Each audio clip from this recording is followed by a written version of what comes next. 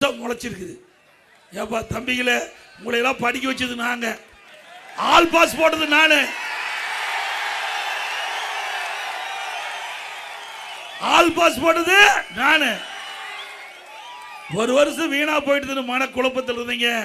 ஆன்லைன்ல வகுப்பு அதாவது பள்ளியில் படிக்கிற மாணவருக்கு ஆல் பாஸ், கல்லூரியில் படிக்கிற மாணவர்களுக்கு ஒரு வருடம் வீணா போய்விட்டு மன உளைச்சல் இருந்த மாணவர் மன உளைச்சல் இருந்து மீட்டு ஆன்லைன்ல வகுப்பு, ஆன்லைன்ல தேர்வு பிரமாதமா படிச்சீங்க.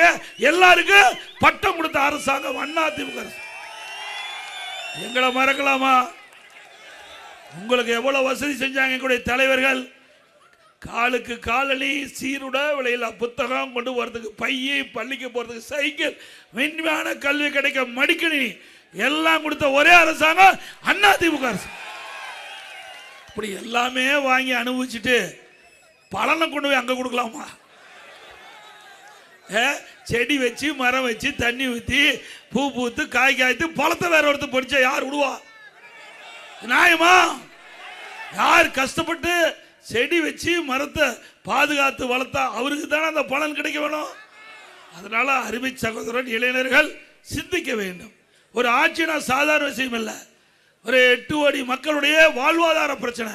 ஏதோ பார்த்தோம், போய் பார்க்க வேண்டியதான். திரைப்படத்துக்கு போங்க, நல்லா பாருங்க, ரசிங்க, அதோட விட்டுறது. நாம கனவு காங்குறோம், நல்லா தூங்கும் போது கனவு காங்குறோம், அற்புதமான கனவு வரும். கண்ணை முழிச்சா கனவு காணாத போயிடும். அப்படித்தான் திரை உலகமும். சிந்திங்க. அதை நம்பி ஓட்டு போட்டா அந்த ஓட்டு தான் வீணா போகும். சிந்திங்க. என்ன செய்ய முடியும்? ஒரு ஆள் 50 பேர்த்த அடிக்க முடியும், இங்க வந்து அடிக்க முடியுமா? உங்க ஒரு ஆள் விட்டா ஒரே அடி அடிச்சு துப்பாக்கியில் சுடுவாரு, குட்டை பாயாது. ஆனா இவருக்கு சுடுறது குட்டெல்லாம் எல்லாத்துக்கும் பாய். அதையெல்லாம் நம்பாதீங்க அருமை சகோதரர்களே.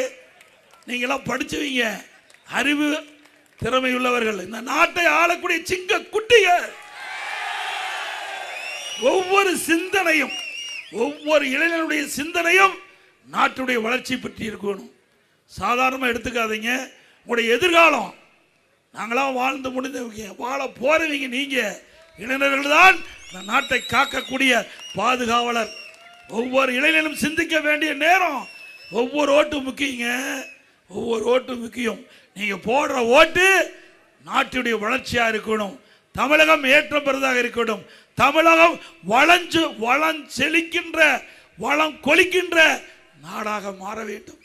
நல்லா சிந்திங்க.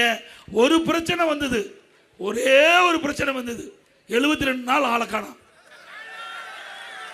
ஒரு பிரச்சனைக்கு நான் கட்சியில் சேர்ந்து 7 முறை சிறை சென்றேன். போராட்டத்துக்கு போய் 7 முறை சிறை சென்றேன். சிந்திச்சு பாருங்க.